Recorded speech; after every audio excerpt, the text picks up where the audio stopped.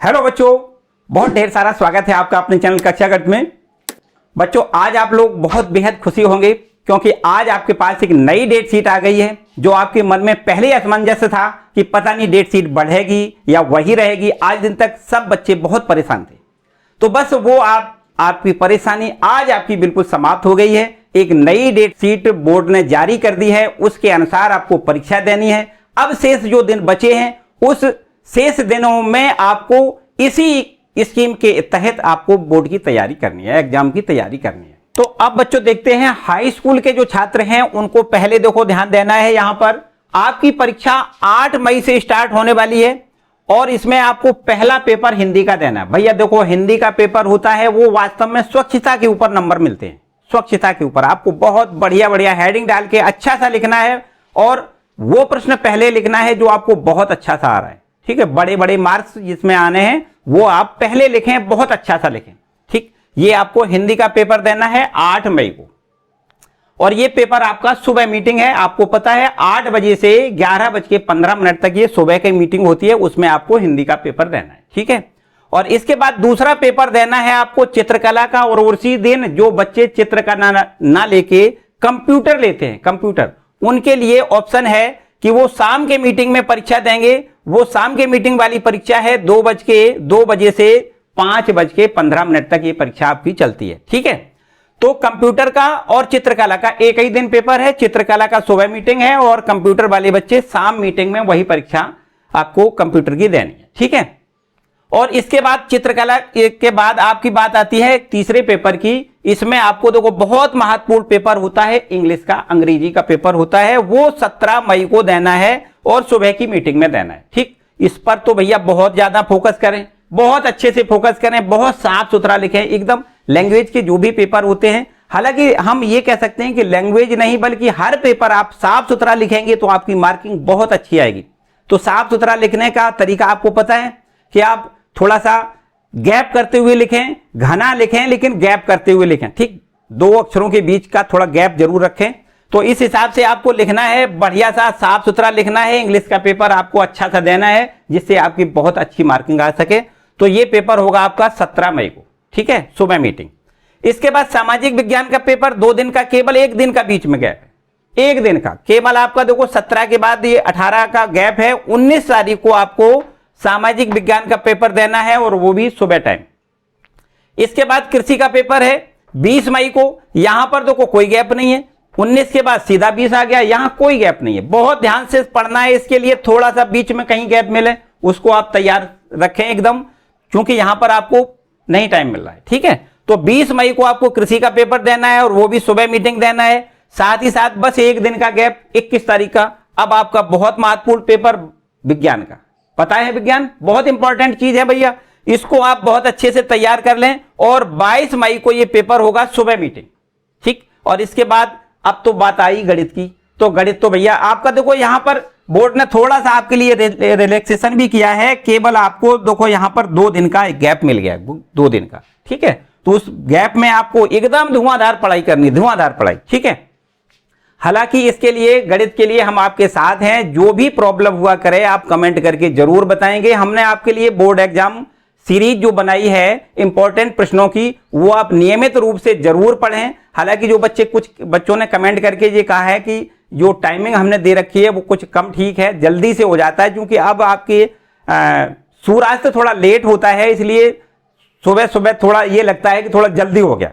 तो इसलिए आपको थोड़ा हमने टाइमिंग बढ़ा दी है, 7:30 बजे शाम को कर दिया। ठीक है, 7:30 बजे शाम को अब आपको ये इंपॉर्टेंट प्रश्नों की सीरीज मिला करेगी। ठीक, तो ये आपका हाई स्कूल का टाइम टेबल का शेड्यूल हो गया।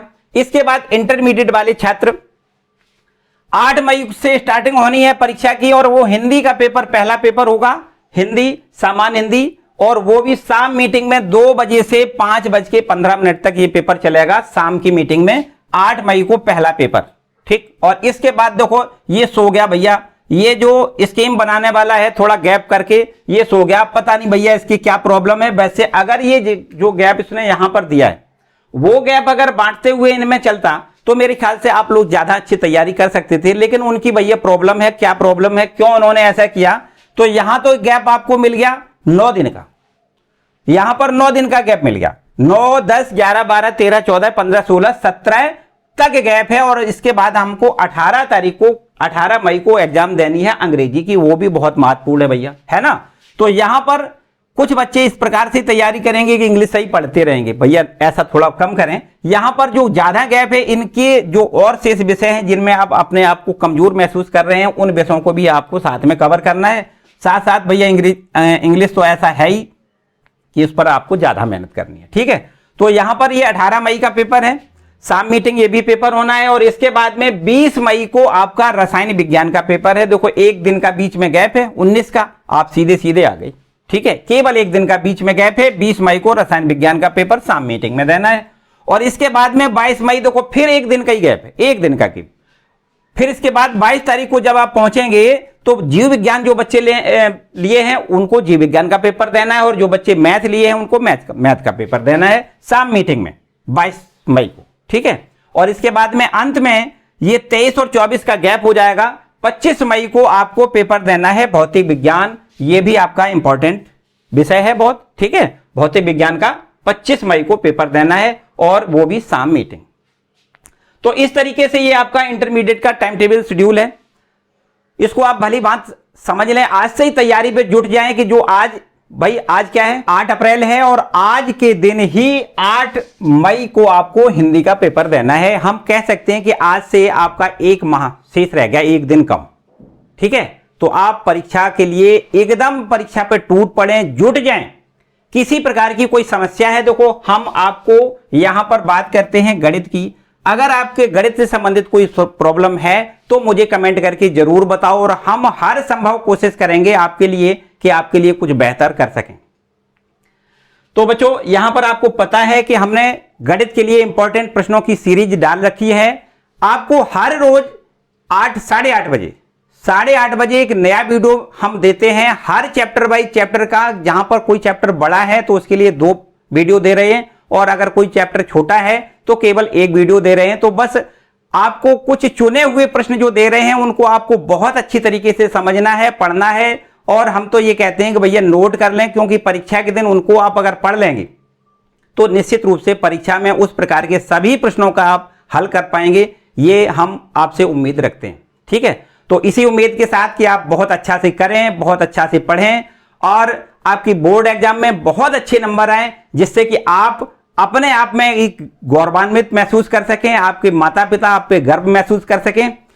बच्चों अगर आपने पढ़ाई अच्छे से कर ली, पढ़ाई का मतलब आप अपने एक किसी पड़ोसी को आप देखें, आप कंपेयरिंग करें कि अगर कोई व्यक्ति जो एक अच्छा पढ़ा है और एक अच्छा नहीं पढ़ा है, दोनों की प्रॉपर्टी और दोनों की सब कुछ, इसका हिसाब आप आंकलन करके खुद देखें। क्योंकि अब आप छोटे बच्चे नहीं रहे, थोड़ा बड़े हो गए हो, तो उनको आप देखें कि कौन किसका लिविंग स्टैंडर्ड क्या है, किसका रहन सहन क्या है, किसके अपने पहनावे अच्छे हैं, किसके खान पीन अच्छे हैं। जो बच्चे पढ़ते नहीं हैं उनकी देखो भैया कुछ नहीं हो सकता, भगवान ही मालिक है उनका। आप अच्छा पढ़ लेंगे तो निश्चित रूप से आप अच्छा से अच्छा कर सकेंगे। आपके पास पैसे दौलत वो सब कुछ शोहरत मिलेगी जो आप अचीव करना चाहते हो। तो बच्चे पढ़ाई के लिए भैया ध्यान रखें, पढ़ें, बहुत जरूर पढ़ें, ठीक है। तो इसी शुभकामना के साथ कि आप बहुत अच्छा पढ़ेंगे, आप बहुत अच्छा कुछ करेंगे, बोर्ड एग्जाम में आप अच्छे नंबर प्राप्त करेंगे। और इसी के साथ हम आज का वीडियो समाप्त करेंगे।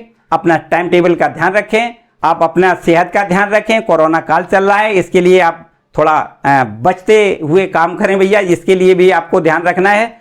बाय।